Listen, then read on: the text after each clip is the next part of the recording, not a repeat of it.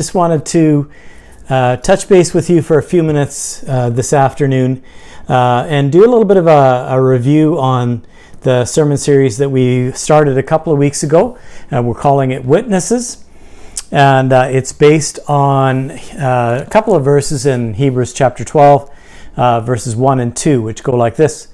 Therefore, since we also have such a large cloud of witnesses surrounding us, let us lay aside every hindrance and the sin that so easily ensnares us, and let us run with endurance the race that lies before us, keeping our eyes on Jesus, the source and perfecter of our faith.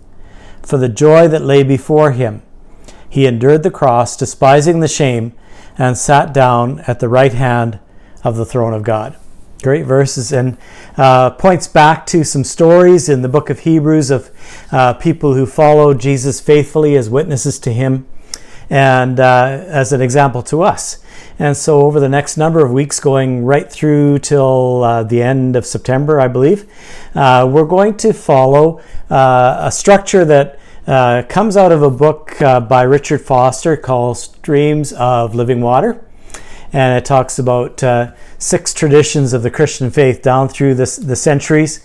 And in each of those chapters in that book, it has an example, a historical example of a believer who was part of one of those traditions so that we can learn from them.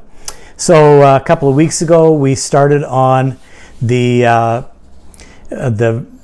prayer-filled life, or the contemplative life is another way of putting it, and told one story of someone by the name of Antony of Egypt, and also Pastor Jim shared some principles from a text in the Gospels in the life of Jesus that illustrated that as well.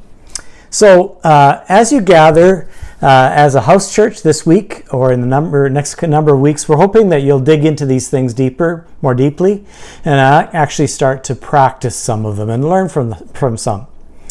And so let's just start with reviewing a little bit about the contemplative or prayer-filled tradition. And Richard Foster describes it as the result of this, or the fruit of this, is becoming beautiful of soul. Interesting way of putting it. And all of us, as we think about that, probably would say that, well, I fall pretty far short of that.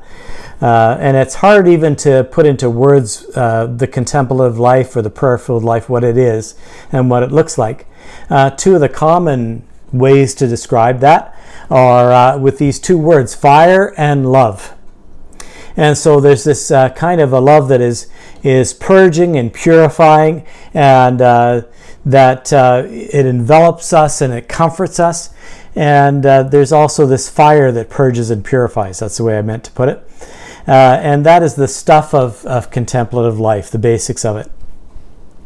And so another simple way that Foster uses to describe that is the steady gaze of the soul upon God who loves us. And so there's a scripture in Psalm 73 that I think is a great description of someone who engaged in that kind of a prayer-filled life, who had that kind of steady gaze of the soul on God and expresses his desire. So Psalm 73 and verses 25 and 26. And so we read there, it says, "Who do I have in heaven but you? And I desire nothing on earth but you.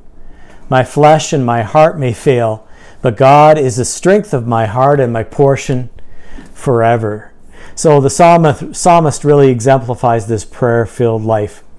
Another quote from the book goes this way: "The prayer-filled life is an intimate sharing between friends." I like that. That's actually Teresa of Avila who wrote that. So let me just focus on, there's more than this, but just briefly on 2 fundamental characteristics of the prayer-filled life. So the first is love. And so in this life, we have a deep desire to deepen our walk with God, our love for God. And it's not something that we achieve, but in a sense, it's a gift that God gives to us, the sense of being loved by him and loving him. Because even though the command of God is to love God with your whole heart, soul, mind, and strength, we really are unable to do that, to love him the way that we may want to.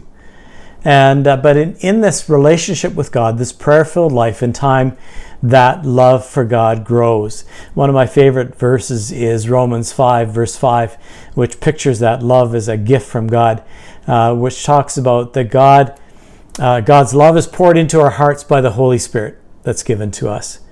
And He allows us and enables us to love as we get closer to Him.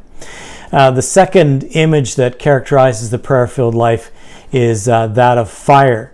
And so obviously not literally fire, but real nonetheless. So it's an intense passion for God. And so when we feel separated from God, whether it's because of our disobedience or neglect of our relationship with God, that causes us pain if we're in pursuing this kind of life. And so we welcome that. We welcome that purifying fire of God to burn off some of the sort of the dross in our lives. And so a couple weeks ago, I shared the story of Antony of Egypt.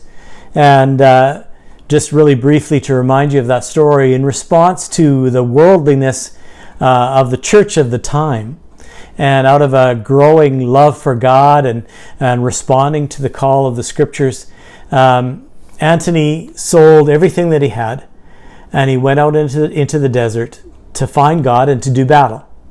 And so he was one of the first of what we call the desert fathers and mothers. Another way that they described themselves, or others described them, were as athletes for God.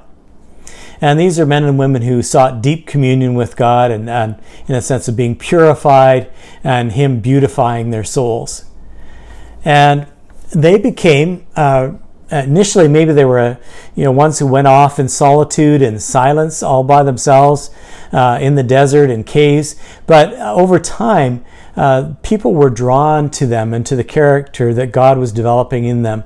And they became, for the church of the time, a signpost and a challenge to a different way of living, a prayer-filled life, a life on fire with a love for God. And so for those contemplatives, those desert fathers and mothers, the love of God was their main and only object of life. And so that was the story. And then Pastor Jim took us into the Scriptures and the Gospels where Jesus is led by the Spirit into the desert. So that theme again, seeking God, fasting and praying. And he talked about three aspects of prayer in the prayer-filled life.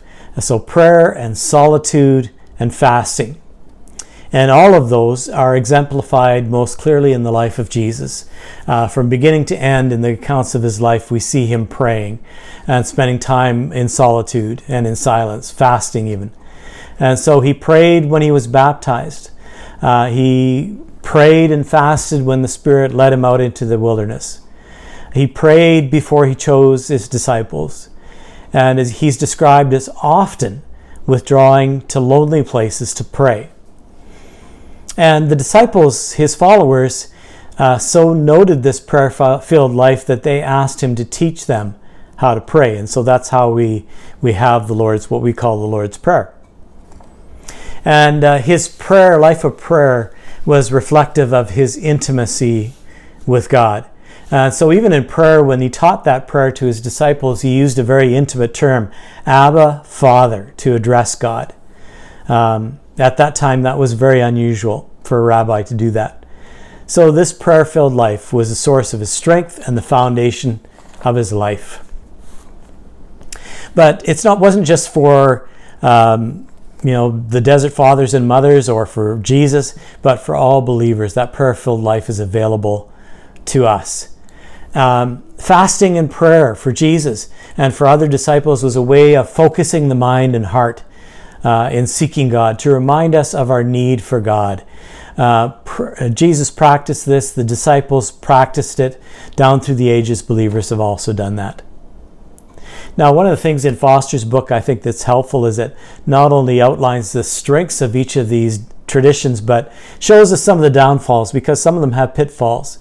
Some of the things with the prayer-filled life that could be a pitfall or a weakness is that a pursuit of this prayer-filled life may cause us to want to just separate ourselves from ordinary life. Maybe even as an excuse to not engage in the pressing needs that we see around us, or as we see the corruption in the world or in the church, that we just withdraw from everything and don't engage in any of that. Some of that, you see that these days when there's a terrible crisis or tragedy that happens, and people will send little messages on Facebook or whatever, or in interviews where they say, well, we're sending out our thoughts and prayers to the families, etc. And people get a little frustrated with that, and sometimes rightly so, in that it's a sense of, yes, it's all fine and good for you to say your thoughts and prayers are going out to us, but what about practical action? Is that, it's easy to say thoughts and prayers to you, but the prayer-filled life is never meant to be divorced from normal life. One of the key features of the prayer-filled life down through the ages, when rightly practiced, is that prayer and action always need to be intimately linked. And true intimacy with God helps us to gain a better idea of the heart of God for the world, and it compels us to act on His behalf and for those who are hurting. Foster says a genuine prayer life powerfully connects us with the suffering and pain and injustice of our fallen world. So this week, as you continue to dive in to the prayer-filled life, and as we move into a new tradition coming up on the 24th, we're going to talk about the virtuous life, or our holiness. This prayer-filled life, I want to encourage you in your life groups and individually, or in your house churches or individually, to begin to do some of the practices of the prayer-filled life. So one of the commitments is this: by God's grace, I will set aside time regularly for prayer, meditation, and spiritual reading, and will seek to practice the presence of God. And so in that practice, you might want to set aside times for solitude, maybe times for just silence, to listen to the voice of God. You might want to try fasting for a meal or a day or more than a day in order to focus on God and to spend additional time in prayer. Talk together with those in your house churches about some of the things that you would like to try in the next few weeks, and God bless you.